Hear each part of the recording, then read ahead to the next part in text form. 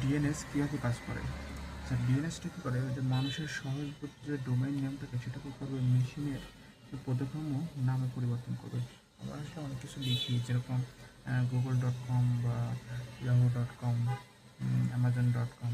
তো এগুলা যেহেতু কমার্শিয়াল সাইট, সেক্ষেত্রে এগুলোর ভিন্ন ভিন্ন এরকম বহুত নাম আছে, যেগুলো আসলে কম মানে আমরা আইডেন্টিফাই করার জন্য আসলে এরকম কোড ব্যবহার করতে বা মনে রাখতে পারবো না।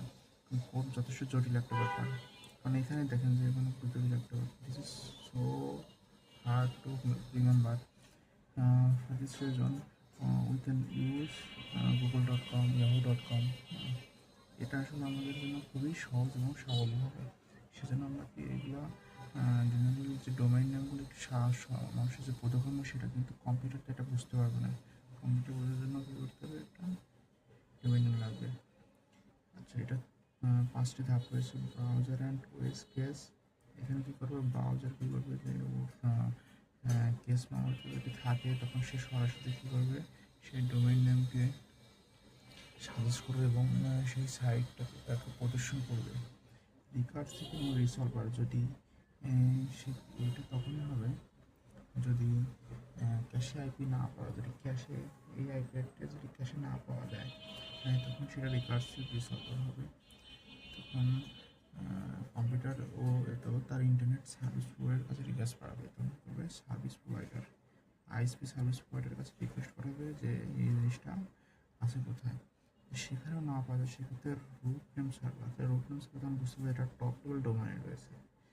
টপ লেভেল ডোমেইনে যখন থাকবে, তখন আসলে সেই টপ লেভেল ডোমেইনে খুঁজবে, কিন্তু সেখানেও সেইটা আইডেন্টি হওয়ার পরে তখন কী হবে, টিএলডি নেম সার্ভার কাছে, এবং টিএলডি নেম সার্ভার তখন বুঝতে হবে এটা বড় লেভেলের মেইন যে এইগুলো মানে সার্ভার যে সাইটগুলো আছে, যেমন .com ডোমেইন নেম ইত্যাদি যোগাযোগ করবে, সে যোগাযোগ করবে এবং টিএলডি সার্ভারটি ডোমেইনের মূল ঠিকানা এবং অথরিটিভ নেম সার্ভারের লোকেশন রিসার্ভারকে জানিয়ে দেয়। এবং কী করবে, সর্বশেষে রিসার্ভারটি অথরিটিভ নেম সার্ভার কাছে যাবে। সেটাকে চূড়ান্ত আইপিটি সংগঠিত থাকে এবং রিসার্ভারটি সঠিক আইপিটি পেয়ে গেলে তা আমাদের ব্রাউজারে পৌঁছে দেয়, আমরা ওয়েবসাইটে তখন দেখতে পাবো। ডিএনএস কীভাবে কাজ করে? আচ্ছা, ডিএনএসটা কী করে, যে মানুষের সহজবোধ্য যে ডোমেইন নেম থাকে সেটা কী করবে, মেশিনের বোধগম্য নামে পরিবর্তন করবে। আমরা আসলে অনেক কিছু লিখি, যেরকম google.com বা yahoo.com, amazon.com। তো এগুলা যেহেতু কমার্শিয়াল সাইট, সেক্ষেত্রে এগুলোর ভিন্ন ভিন্ন এরকম বহুত নাম আছে, যেগুলো